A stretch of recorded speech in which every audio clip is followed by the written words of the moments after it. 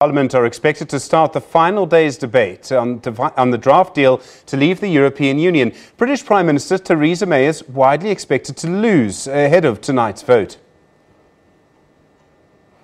May faces concerted opposition, including from many MPs in her own party. Analysts are focusing on the scale of her predicted defeat and how that could impact on Britain's withdrawal from the EU due in little more than 70 days' time. As he arrived in the European Parliament in Strasbourg today, the Austrian Chancellor Sebastian Kurz said Brexit in a no-deal scenario would be bad for the European Union and would be even worse for the UK. Catherine Drew is our correspondent in London tonight. Catherine, good evening to you. When can we actually expect a result in this parliamentary vote? Well, as you mentioned, MPs are wrapping up the 5 days of debate on Theresa May's Brexit withdrawal deal. They're going to be voting on some amendments around about 7 o'clock UK time. We're 2 hours behind you. Around about 8 o'clock to 9 o'clock, we should know the result of that vote.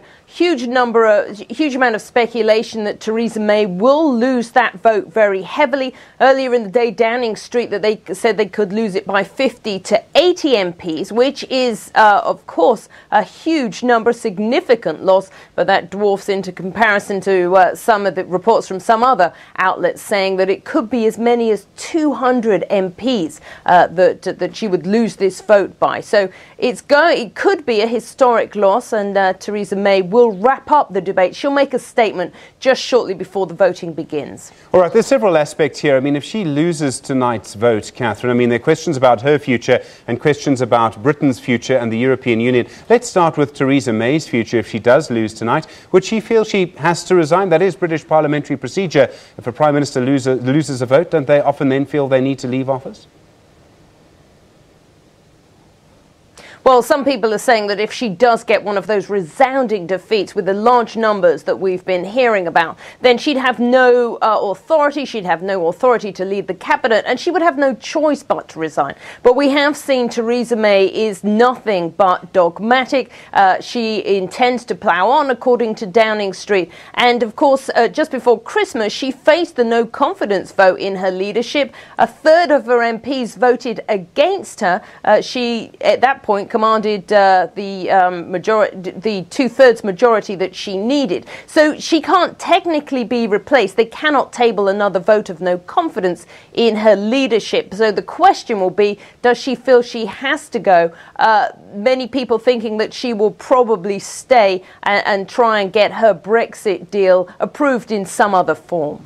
At the same time, of course, there's the opposition Labour Party. You would think that if the government, again led by May, loses a vote, they will bring a vote of no confidence in the House of Commons. Would Jeremy Corbyn be looking at that kind of option? Or for various other internal political reasons involving his party, is he likely to actually step back from that?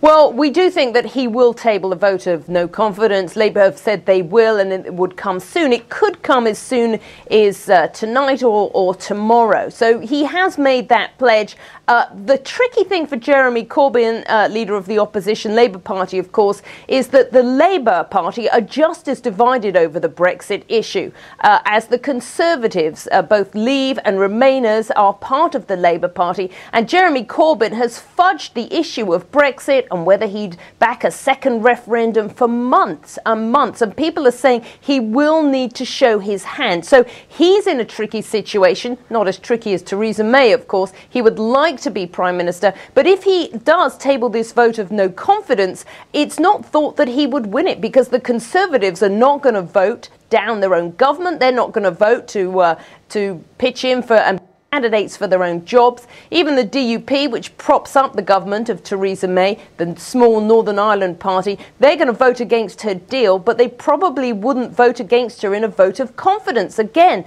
they don't want to see Jeremy Corbyn in number 10 Downing Street. So this is a card that Labour will play, but it's not clear that they're going to be successful. All right, let's talk about the implications for the actual departure from the European Union of Britain if the vote goes against the Prime Minister of the UK tonight. What happens then? She's supposed to come back with a plan B, which many commentators suggest will be plan A, just represented. That's right. Well, the Attorney General Geoffrey Cox was on his feet in the House of Commons just earlier saying basically the Plan B will look a lot like Plan A. I think that will be met with despair. But there have been reports that Theresa May would just keep bringing this deal, saying that this is the best option. There are also suggestions, of course, that she could head to Brussels and say, look what happened. The MPs are against this. We need to come up with more concessions. Europe needs to give more. So that could be a card that she could play in her favour. Certainly many people, they're unhappy about this Irish backstop solution.